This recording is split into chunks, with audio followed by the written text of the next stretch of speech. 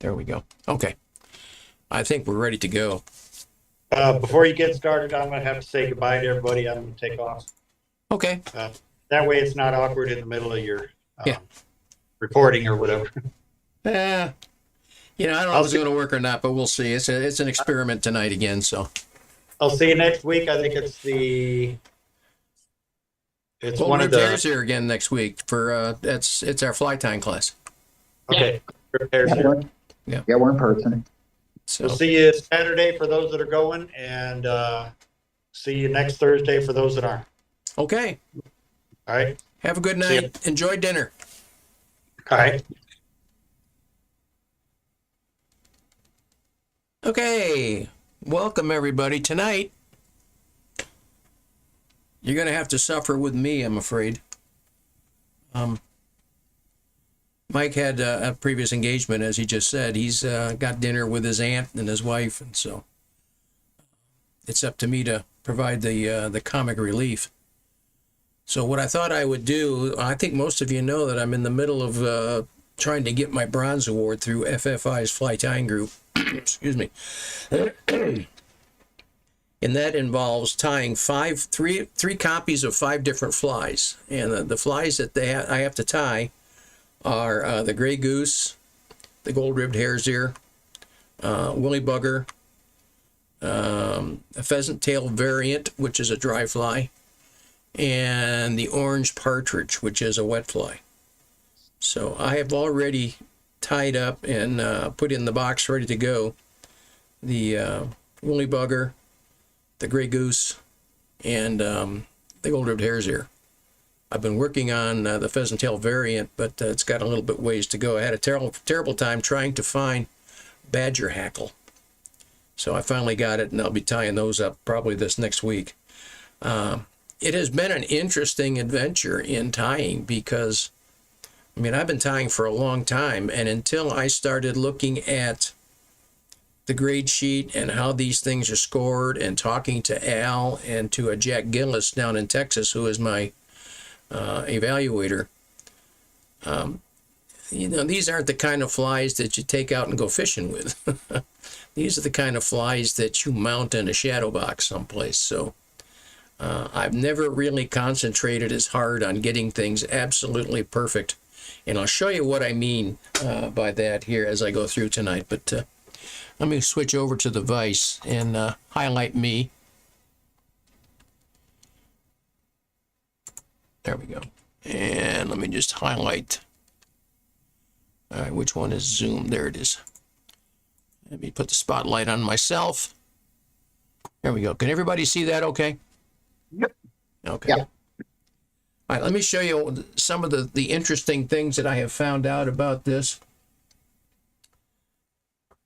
Okay, one of the first things I found out in talking to Jag and Al is on the body, they are really concerned with how the body is tied on.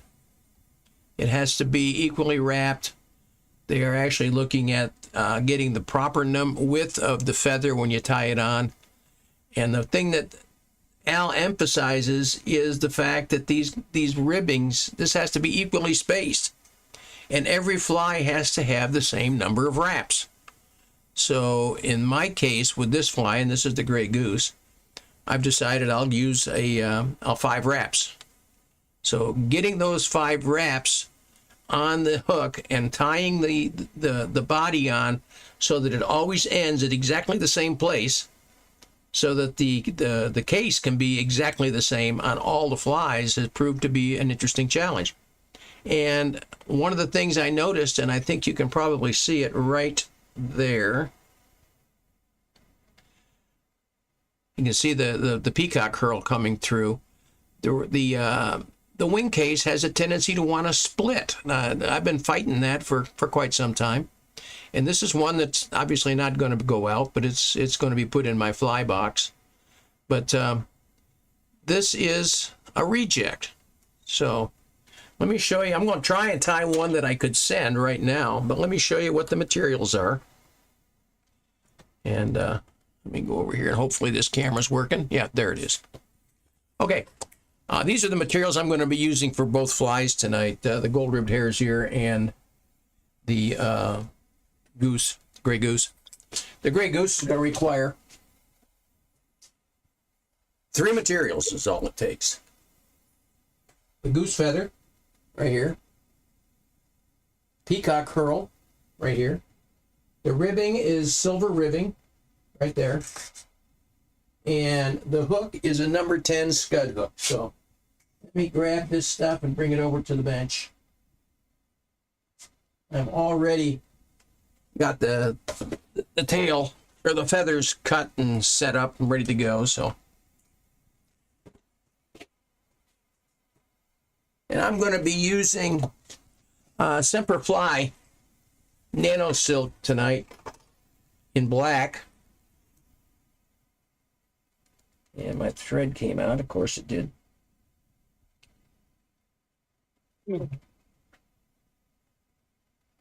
I like the Nano Silk because not only is it strong, but it's also very thin. So the first thing they say you got to do is pinch down the barb.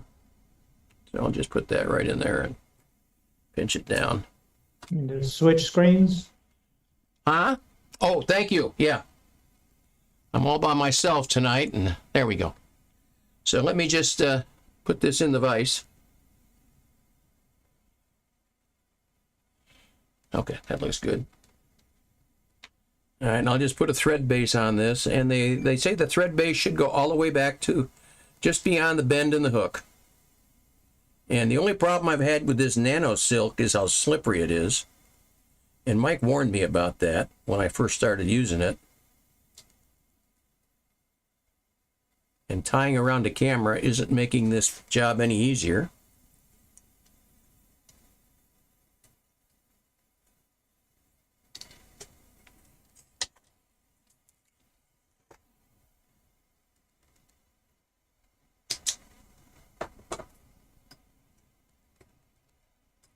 The one thing I do like about the Nano Silk, and it has to do with how slippery it is, you'll notice that it does put down a really nice thread base because it slides up the hook.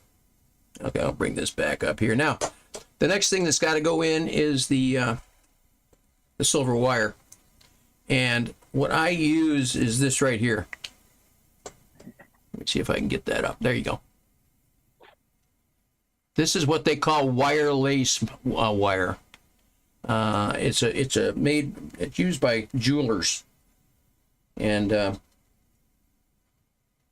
it's 32 gauge. What they say that you want to use in the recipe is fine silver wire.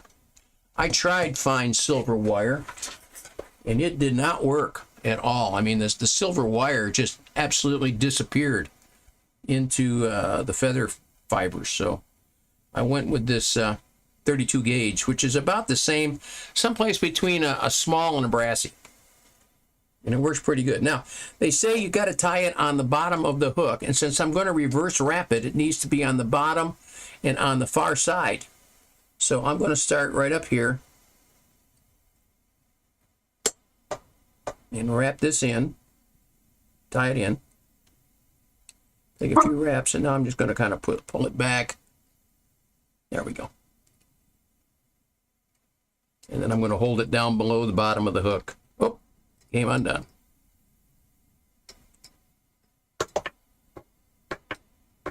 I've had that happen more than a few times.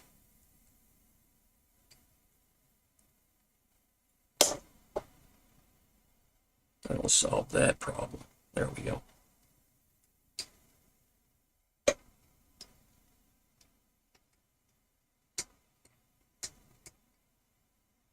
And wrap her all the way to the back on that far side.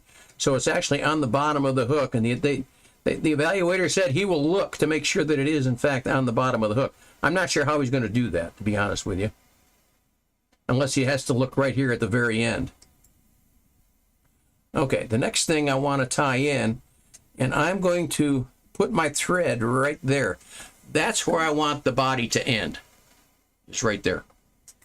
So I'm going to tie it in, and I tie it in from the tips, and I tie it in with the shiny side down.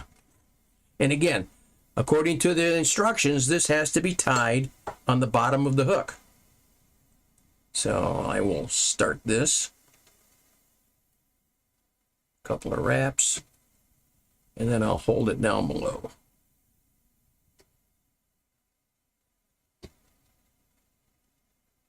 There we go. I'll bring this back up to where I want that body to end, right there. Now, what I'm going to do is I'm actually going to let this body end a little bit beyond there, because I want to be able to use my, when I make the wing case, I want the wing case to have something to sit on. And that body material, the feather, is going to give me a base to sit it on so it doesn't split. That was a recommendation that both Mike and Al made to me today for how to keep these things from splitting. Now, the one thing I have found is that, two things actually about this fly, or this material. Number one, the fibers will split, so you got to be really careful with it. And number two, the feather is slippery. And one of the problems I have is I keep losing it in my fingers. And the other problem I have is I can't see, so I got to put on my other glasses here so I can see what I'm doing. It's so dry here right now in Omaha That's no fooling. that I can't. My hands are very slippery. Yeah, so I'll just wrap this all the way around up to where I left my thread and a little bit beyond. You can see how the texture of the hook, or the feather, changed. It's now kind of shiny, and that's because I'm down at the base. So let me tie this off. 2 wraps behind, 1 wrap in front, and I'll just cut that off.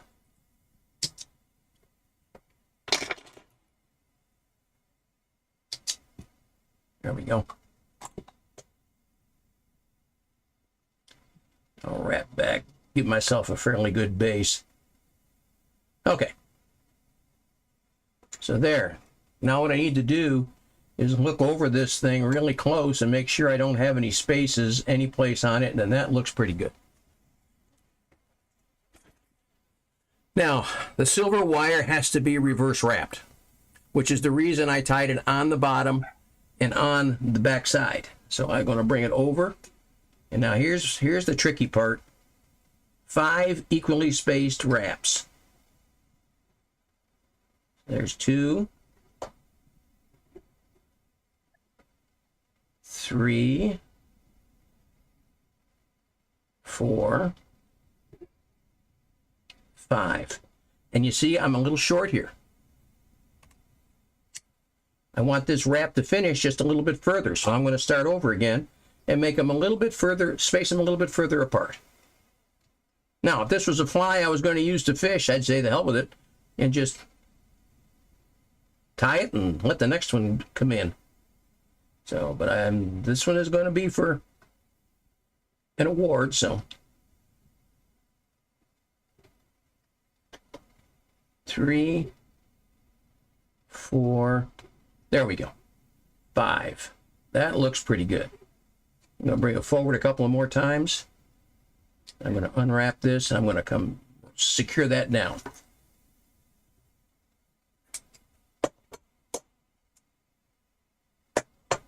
Okay, 3 wraps on that side, 3 wraps on this side should do it.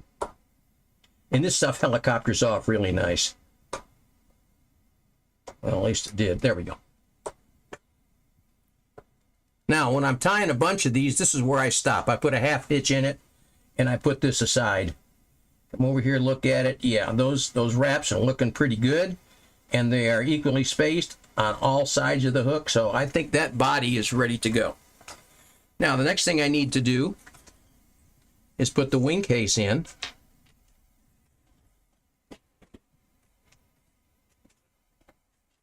And this is where the problems start to come, for me anyway. Now the wing case, they say the wing case should be 1/8 to 3/8 of an inch in width. And then in other places they say it should be 4 to 6 fibers in width. So I'm using a wing case that's right about like that. You can see that's about 1, 2, 3, 4, maybe 4.5 or 5 fibers wide. And it's about 1/8 of an inch, maybe 3/16. So, and again, you want the shiny side facing down, because when you fold it over, you want the shiny side to be on the top of the hook. All right, so let's just go ahead and tie this in.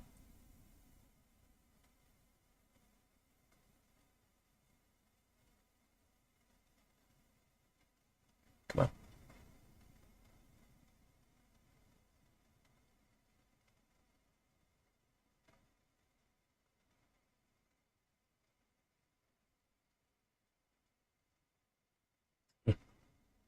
And I like to tie it in on the side, and then let, God bless it, then let the thread torque bring it up on top.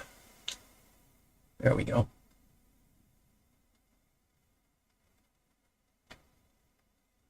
Okay, so here's 1, 2, 3, 4, 5. So I want that body to be right there.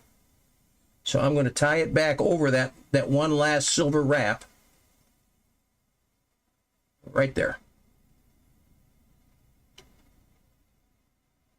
There we go. And now I'm going to get rid of this excess out here on the front.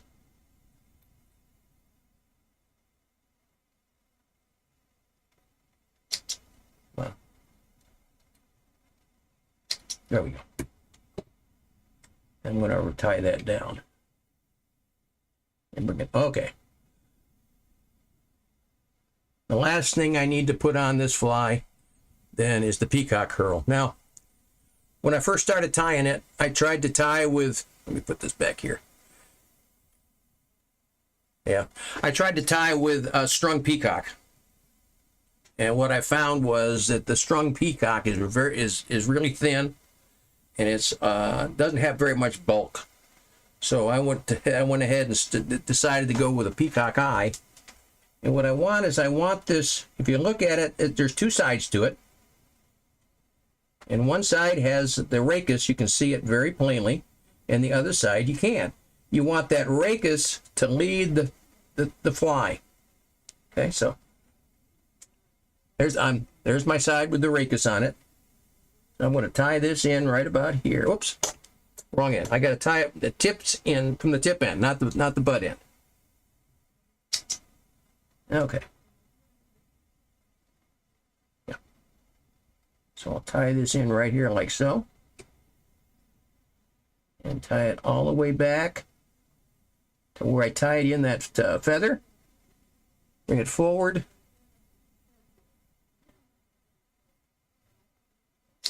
There.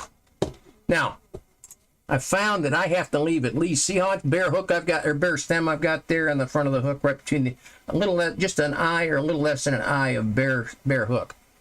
That's so I can get a fairly decent head on it. Okay, so now I can go ahead and I'll start wrapping this forward.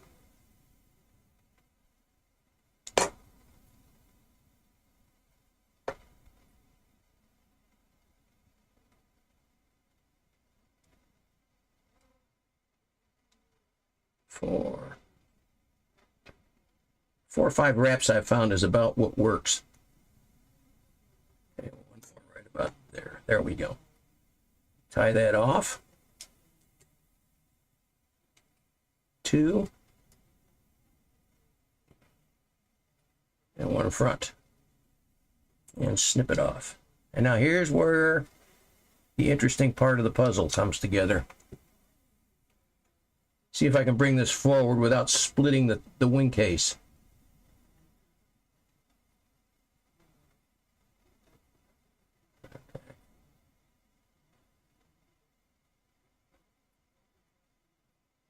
Bring this forward and tie it back. That looks good. Tie it up like so.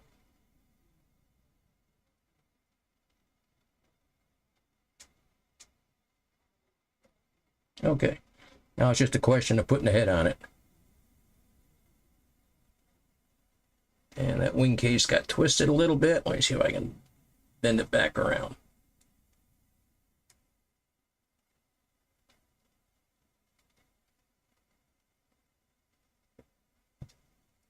There we go. Okay, and if I can find my half hitch tool, if not, oh, there it is. Put a half hitch on it, then I'll clean it up.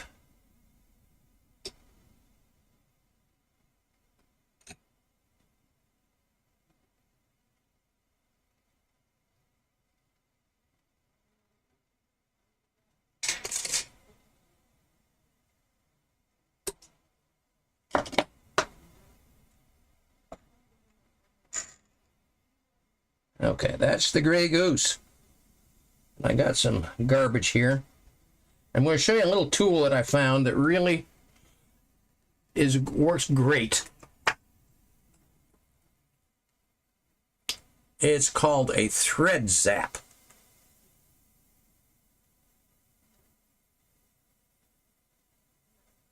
What this is just a little piece of metal that gets hot. You just get it warm, and you can get rid of these little tiny fuzzy things out here.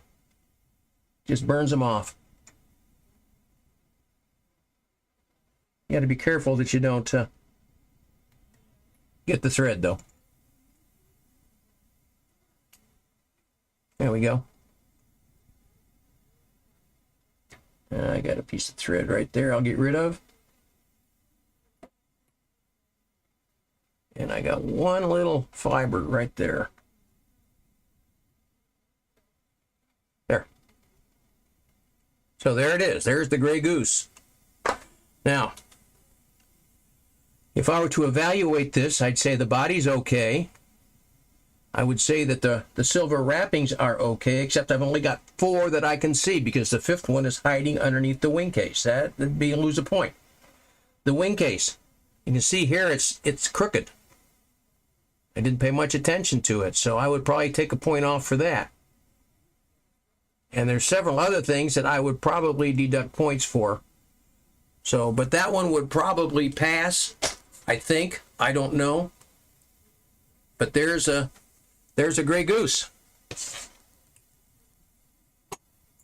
Any questions on that? My wife let me borrow her thread zapper. I don't know what. What'd you say, Bill? I can't hear you. Oh, my wife let me borrow her thread zap. She's got a B Smith thread zap 2 is what she let me borrow. Okay. So I'm going to try it and see what it does. I'm going to try it on my little Frankenfly that I made because remember I had lots of extra flyaway. Yeah, it works great. I've been using it for quite a bit now, and I really do like it. It's you got to be careful with it though. I've burned the thread head off a few times. And this one I don't like particularly because look at how the size of that head. I think that head is too big. I think I would make the head a little bit smaller. For a fishing fly, it's fine. But for a fly to enter into the for the award, I think I probably wouldn't enter this one.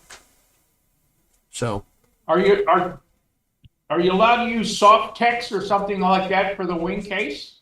No, you got to follow the pattern exactly. So you got to use goose fibers. Yeah, you cannot substitute unless you get permission from your evaluator to do the substitutions, and they're very hard over. Part of the evaluation is that you use the right materials in the right way. Okay, well, I'm not now. What's much materials? It was soft text is like a coating for the wing case, so it doesn't split. Yeah. Oh, I don't know. I didn't ask. That might be something I'll ask Jack. Because that would help that problem. Probably not allowed to use chemicals. Probably not. Hairspray would do the same thing. I've got to take a look at read the rule book a little bit more carefully before I make a decision like that. But okay, that's one. for tonight. The other one I'm going to tie is this is actually the first fly they talk about in the competition or in the evaluation. The second fly is the pheasant tail variant, and the third fly is the woolly bugger, and then this one is fly number 4. I don't know why they put it so far down the list, but gold-ribbed hare's ear, and the materials for that are right there. Hare's ear dubbing, and I just made this the other day out of some hare's masks. I just cut it off and blended it.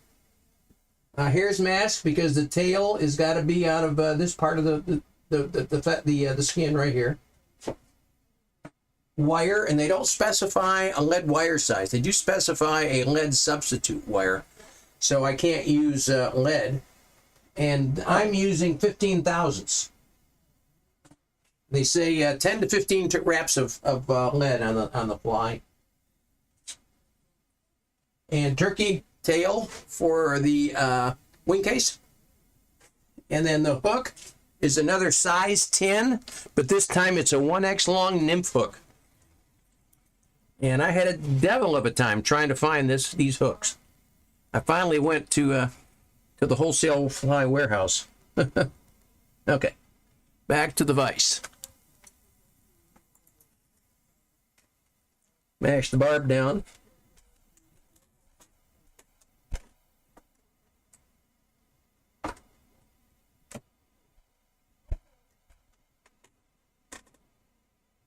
And one of the problems I said earlier was trying to find the right materials for these flies. Even something as simple as a nymph hook in the right size and the right length. I mean, I have found that it seems like every single company has their own way of sizing hooks. And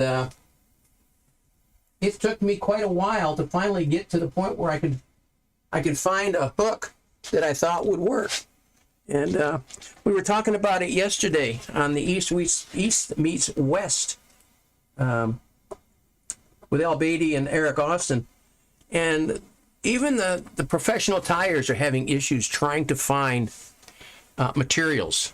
So apparently it's not just us. So, okay, again, I'm going to use black thread, and that's what they call for, is black. In fact, all the flies take black with one exception, and that's the pheasant tail variant. They use a brown thread for that one, so I'm not sure why, but they do. Okay, again, another thread base on here. Oops, forgot. Got to put the lead weight on first. Or in this case, the lead substitute. Let me just bring off a little bit of this. Oh, and instead of using silver ribbing, we used gold ribbing. And what I'm going to use is this stuff right here, which is actually sulky. It's kind of like a tinsel.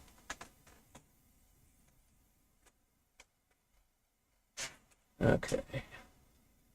And 10 or 15. So that's 2, 3, 4, 5, 6, 7, 8, 9, 10, 11, 12 is what I've been using.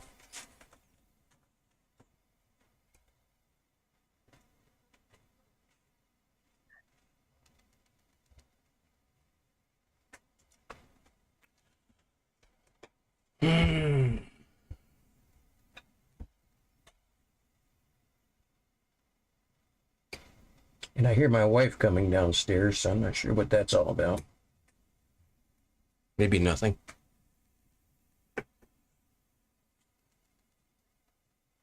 Our neighbor across the street is 97 years old. And the other day we found her out on the sidewalk in her socks, stocking feet, waiting on her son to come and pick her up. And her son lives out west, out near Wanahoo. And we called him and asked him if he was coming to pick her up, and he said no.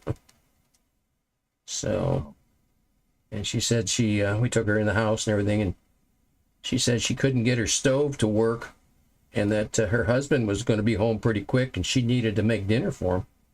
Well, her husband, Roland, has been dead for 15 years, so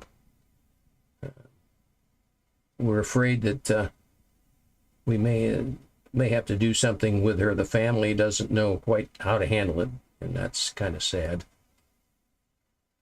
Okay. I'm going to wrap this down to about the barb, or where the barb should be, because that's where I want to tie in the tail. You notice that I kind of built up my thread here a little bit to give it kind of a taper. I didn't give it a really good taper, but that'll have to do. Okay, the first thing I'm going to put on is the tail. And they say cut off a piece of hare's mask and mount it, and it's the pictures I've seen, it's kind of dark. So I've been trying to find, that looks like it might be a good piece. I've been trying to find some of the fibers on this hare's mask that are kind of dark, but this stuff is not easy to tie in, I'll tell you. So here's what I've got.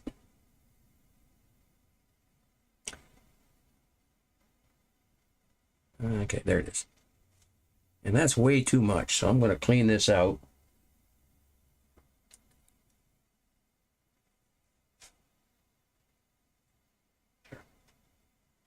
And there's about what I want right there. I think that looks pretty good, so I'm going to go ahead and tie that in.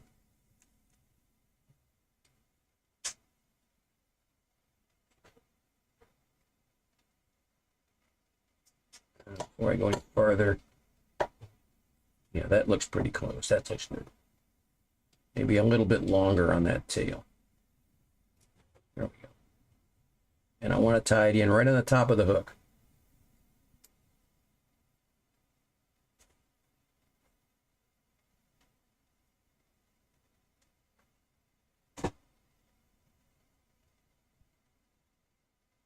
Okay. And now, whereas on Gray Goose, we use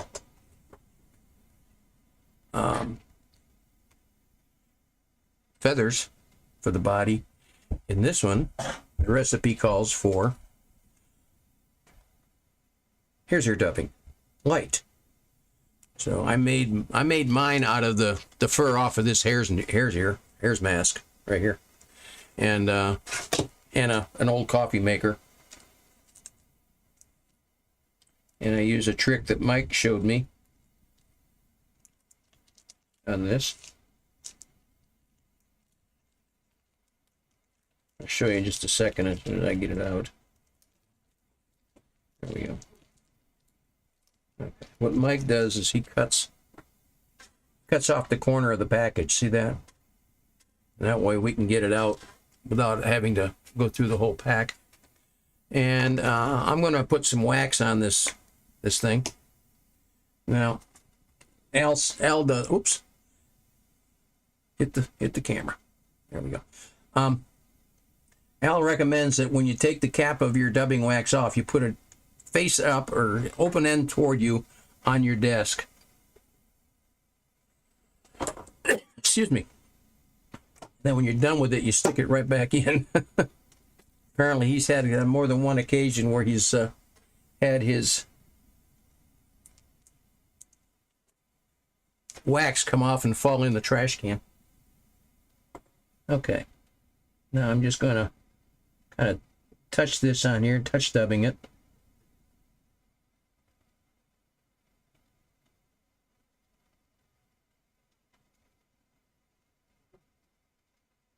There we go.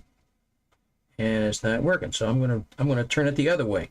What I've found is, and everybody says I'm crazy, what I've found is sometimes the dubbing wants to go on counterclockwise, sometimes it wants to go on clockwise. And I am not really sure why, but okay, that's coming undone. Let me wrap it up. Yeah, I'm not too crazy about that.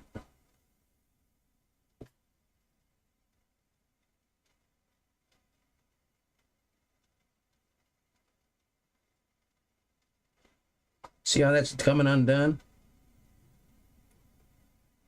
That's one of the issues with dubbing that I've always had. There we go.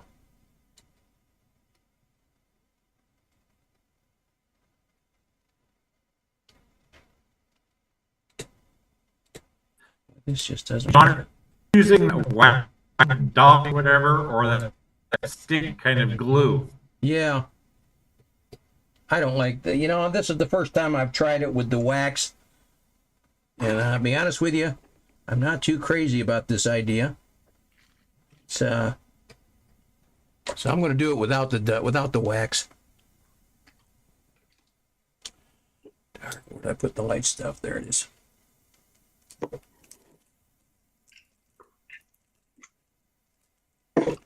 So let me get a little more dubbing out here. There we go.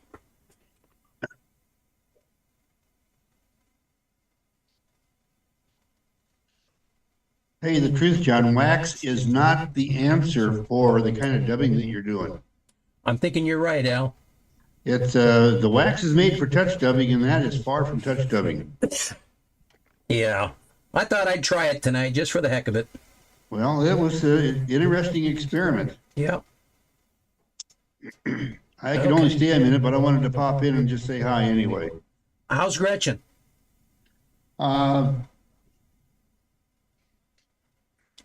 She's good right now because they're keeping her real happy. Okay. Well, you give her my best and tell her to get well soon. Will do.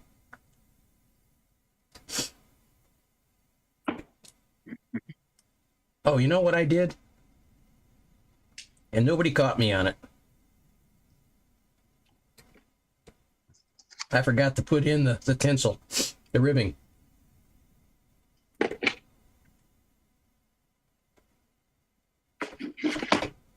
So let me just go back up here and get rid of all of this stuff.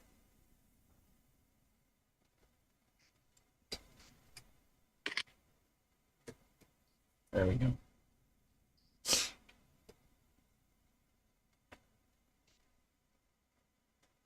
Okay. You put in the tinsel, the ribbing.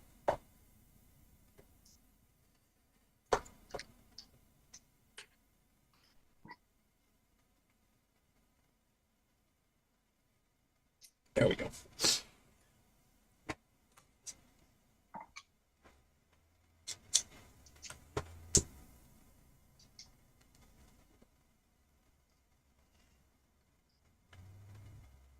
And again, the ribbing will be counter wrapped, so I'm going to put it on the bottom far side.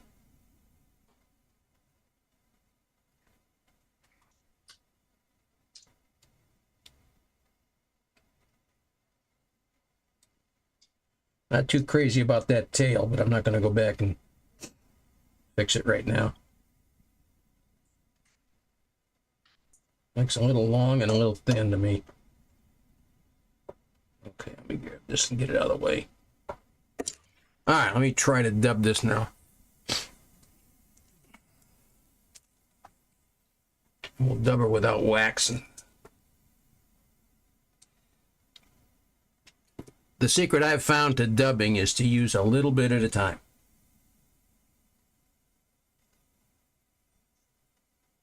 So, I don't know if you can see how much I'm using there. I'm just using a little tiny bit.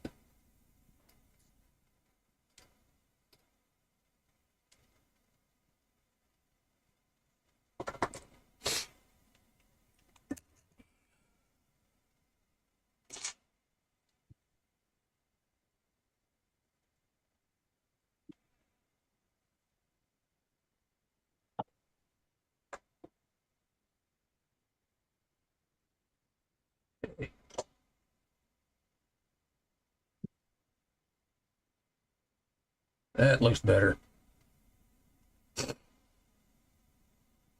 Much better. Yeah. That's what I'm looking for. You see the difference in that body now. I was seeing thread come through it before, and now I'm not.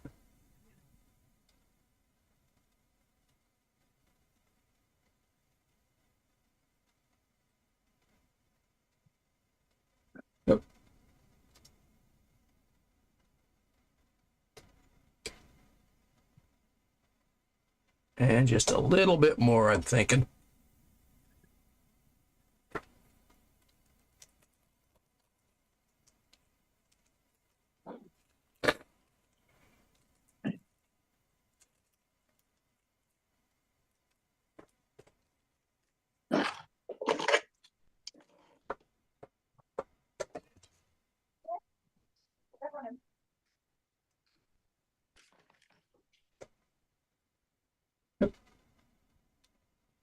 That piece came undone.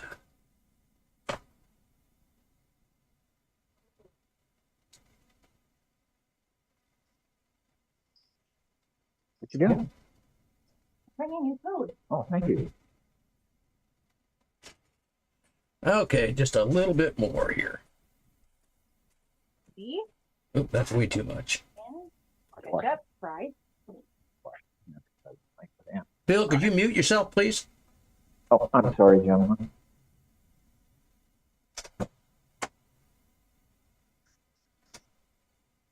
There we go.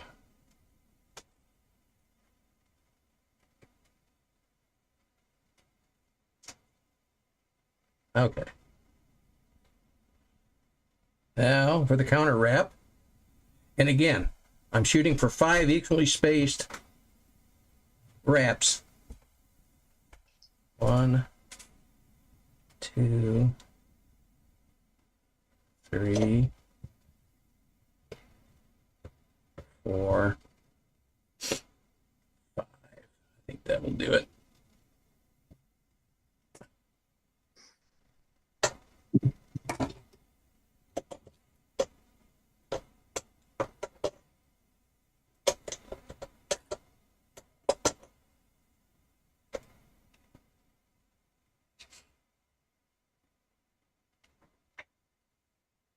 There we go. Okay. And again, if I was tying this, a bunch of them at a time, this is where I'd stop and put in the half hitch and take a look at it.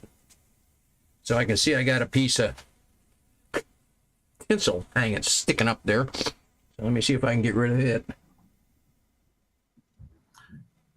Hey, John, did you just pull, once you wrapped it 5 times, I couldn't tell, did you just pull that front part, that gold foil or whatever it is forward and then wrap the Yeah. string around it? Is that what you were doing? No, what I do is I wrap it a few more times up front, and then I just wrap it up good and tight with the thread. Now, the thing you got to remember is that you're counter wrapping the tinsel, so it's wrapping toward you. When you get ready to wrap and tie it down with the thread, you're wrapping away from you. So your thread and your tinsel are going in opposite directions, and it's a little bit tricky to do sometimes. What I've seen done, and I know Gretchen does this, is she will bring her tying thread around behind the tinsel, and then that reverses the thread. So now she can wrap the thread exactly the same way as the tinsel, and then when she's done, she brings it back around and goes the other way. So, and I've tried that. I just haven't been able to master that yet. So, okay. So that looking good. Okay, the next thing I have to do now is I have to put in the feather, the wing case, and again, like I said, we're going to use turkey for that. This guy right here. And again, as with the gray goose, we want the shiny side to be facing the world. And again, about 4 to 5 strands. That's a little too big. Take off one. There we go. I have to leave. The fire alarm just started. Oh, God, See you next Paul. week. We'll talk to you you later. next Have a good weekend. Go save yourself. Don't forget the marshmallows. Okay.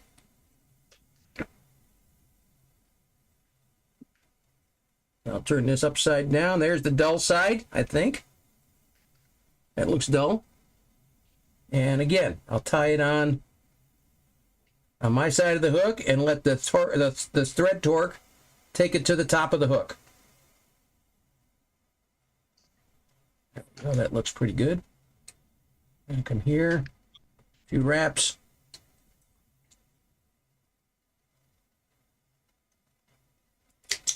There we go. And bring it back. Now the thorax is dubbed again with hare's ear mask or hare's mask dubbing. Except now it's a darker color because you want the thorax to be darker.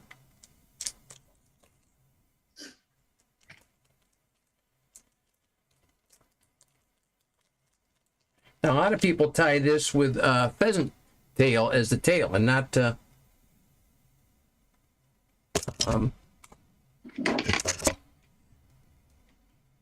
hare's mask. And to be honest with you, it's a lot easier to tie it with a pheasant tail than it is with hare's mask. But okay, there we go. That's actually a little too much. Let me get that out of there. Okay.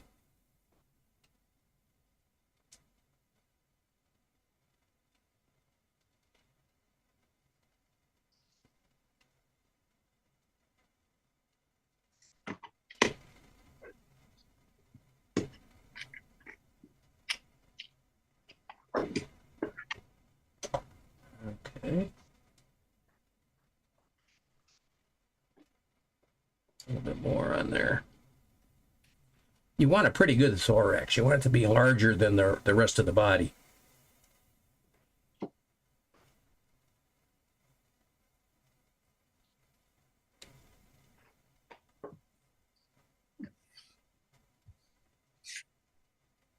There we go.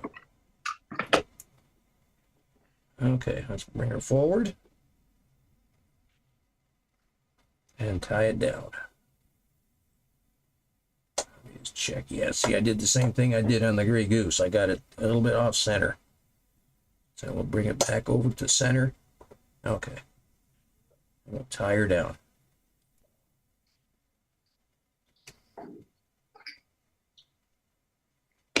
Flip off the waist.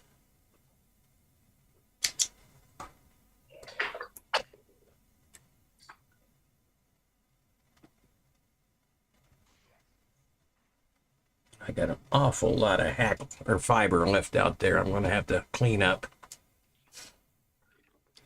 And I'm not too crazy about this dubbing. I might have to go with something else.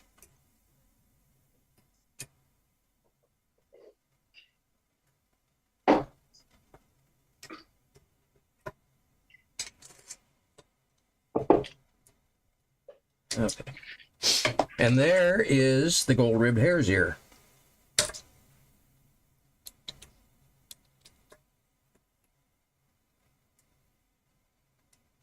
Clean it up here a little bit. Let me get my little tool out.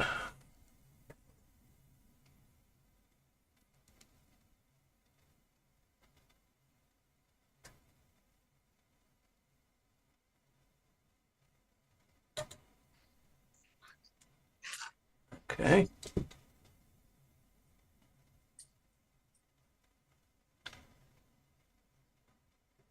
That will catch a fish.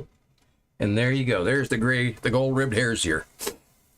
Now, to me, that looks a little too fuzzy. But I could be wrong. Just a second here. Al, are you still on? No, he had to leave. Okay. I think it's too fuzzy myself. I could be wrong. But I do like the segmentation is good. A little bit too much dubbing, I think. But the wing case looks good. It didn't split. It may be a little too narrow. The head size is about where I want it. So this one isn't too bad. I'm going to have to work on the dubbing a little bit, though. Let me see if I can find the ones I did already that I'm going to try and submit.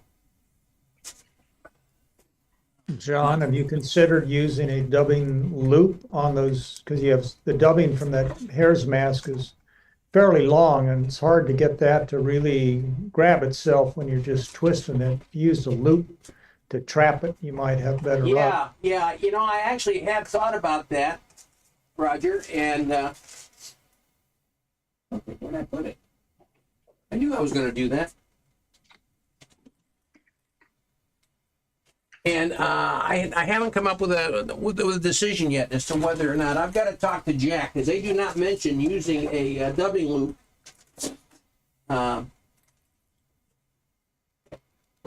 Here it is. Let me show you one of them that one of the hairs here that I've done that I kind of like, and I think I'm going to submit. Get my other glasses on here.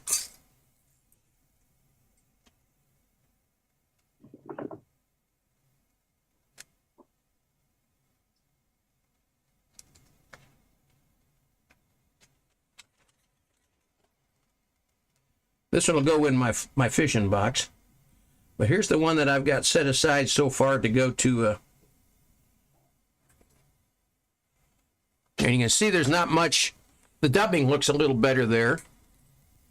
The ribbing is good. But you notice that the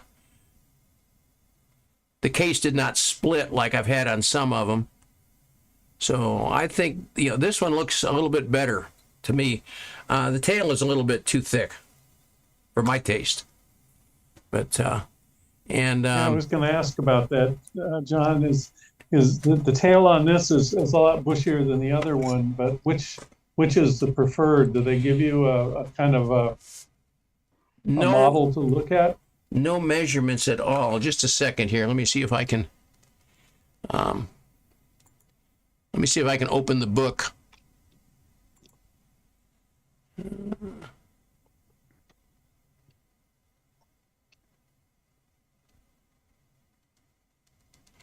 I'm looking for.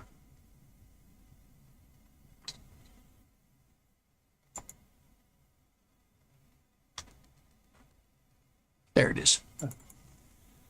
I would guess either one of these would catch fish. Yeah, let me. I like the here it fuzzy is. one. Okay. All right.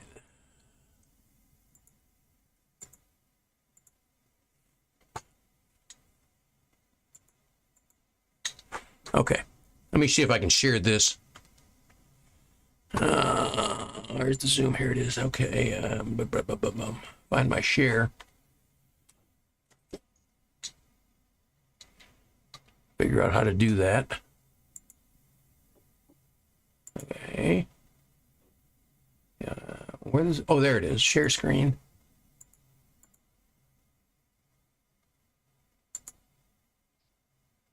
Okay. There it is. Okay, can you see that? Mm-hmm. Okay. Yep. Let me see here. Boy, I'm not seeing it at all. So you do see that It's page over. with the hairs here on it? Yep. Well, it's on the right side. Yep. It's on the right side, yeah. But you can see what theirs looks like. And you see that tail is quite a bit thinner than the one I've got. Yeah. It's kind of in between the two. Yeah. So, I mean, I've still got a lot more work to do. I mean, I put 3 of them in the box just so I've got them so I can say, yeah, I'm sort of done. But I've got a lot more work to do before I finally get to the point where I want to submit these. So, That's good. So, okay, I got to figure out now how to stop share. There it is. Okay. There it is. Stop share. Okay. Let me take this. Let me take my spotlight off. There we go. Okay. Any questions on any of that? Good. It's an interesting challenge. I'm really having a lot of fun. I'm learning a lot about, I guess the best term for it is precision fly tying. It's just, it's different than, normally, and in the past, what I've done is I'll sit down a device, I'll tie 10 flies, put them in my box, and I'm done. Here I I think I've tied so far probably 25 or 30 gray goose feather flies, and I'm sort of satisfied with 3. But I want to tie some more and do that. So, it's really kind of strange, but we'll see. Okay, I'm going to stop the recording. If I can find it. There it is. Recording stopped. And I'm going to stop the live stream.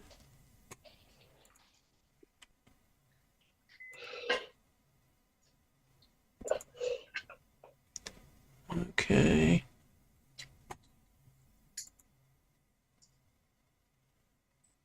Well, it doesn't look like it ever started, so. Okay. Yeah, best laid plans. All right. Lee, I didn't see it pop in there. Welcome. Emil, welcome. And David, we can see you. I'm back. Yeah, I had a little trouble getting in at first. The link you Yeah, so- had in one of your messages didn't work. And Oh, then, is that right? yeah, I had to go way back to the newsletter. Oh, my. I'll have to look at that again, see what's going on. Well, it said it was your private, a private network, and you had another meeting going. So Yep, I had the same experience. Huh. Yeah, I don't know. Zoom has been acting strange. Facebook's been acting strange this week. My television's been acting strange. I don't know. I don't know if it's me or the rest of the world is strange and I'm the only sane one left, but Probably the latter. okay. Anybody got anything they want to share? Yeah, can I share something real quick, John? Yeah. I had to figure out how to reverse my screen. Okay, well, here we go. Okay, Wait just a second. Let me spotlight you, Bill. okay, There you go. yeah. Remember that mink coat that I'm cutting apart Yeah. for Mom? Starting to play with it. Okay. And you've got nice long spiky, and it's really slick. But if you take it where it's been cut, you know, where they sewed it together, it's about a perfect wrap on a hook. If you'll notice right there, assuming I can get it in close enough, like you'll notice that I just basically cover half the hook. So I'll have to figure out to make sure it doesn't slide too much, but I think it might make a nice leech pattern. Again, I'm just playing around tying it in and see what happens. Yeah, You it's a know what I little mean? off. It's a little the wrong color for a leech. Is it? Oh, okay. Yeah, it's a little too brown. Too brown? Okay. I don't know though. You know, hey, it might not look like a leech, but it might look like something else. Yeah, who knows? I'm gonna Yeah. go throw it out there. I'm gonna make a couple up for this Yeah. weekend. Yeah. As long as a little dot on the front of them, and Yeah. you know, create a little tail, you Yeah. know, and see what it does. I mean, worst it can do is not work. There you go. Yeah. You can always just cut it up, put something else on. Yeah, or I can take a black magic marker and black magic marker everything. There you go. Yeah. But I just want to show everybody that. I'm just playing around with that right now.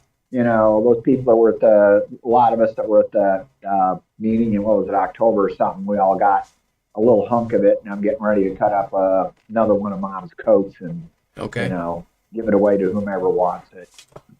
So that's just all I got. Thank you. Anybody else? Okay, for those of you in Omaha, we do have an event this weekend, Saturday at Halleck Park. They did stock rainbows in there on the 12th of this month, so that's the day before yesterday. So they should be getting to the point where they're moving around pretty good. So we could have a good day or we could have a bad day, depending on how many fish have already been caught. We also have a trip to the Verdigris going on March 21st. I've got one veteran and one trip lead signed up to go up there. I had another volunteer say he would be willing to go today, so we can take two more veterans up to the Verdigris. So if you know anybody that wants to go fish on the Verdigris, let me know, and we'll ship you up there. So, Okay. Other than that, it's a pretty quiet week. Do we got Central Oregon tonight? Huh? Do we have Central Oregon tonight? Yeah. Okay. So, All right, well, I'm going to go ahead and shut her down, and you guys have a good night and a good week. And those of you in Omaha, we'll see you on Saturday. See you Saturday. See you Saturday, John. Thank you. Yes. Yes. Yeah, see you, Matt. Some of that fur, Mick?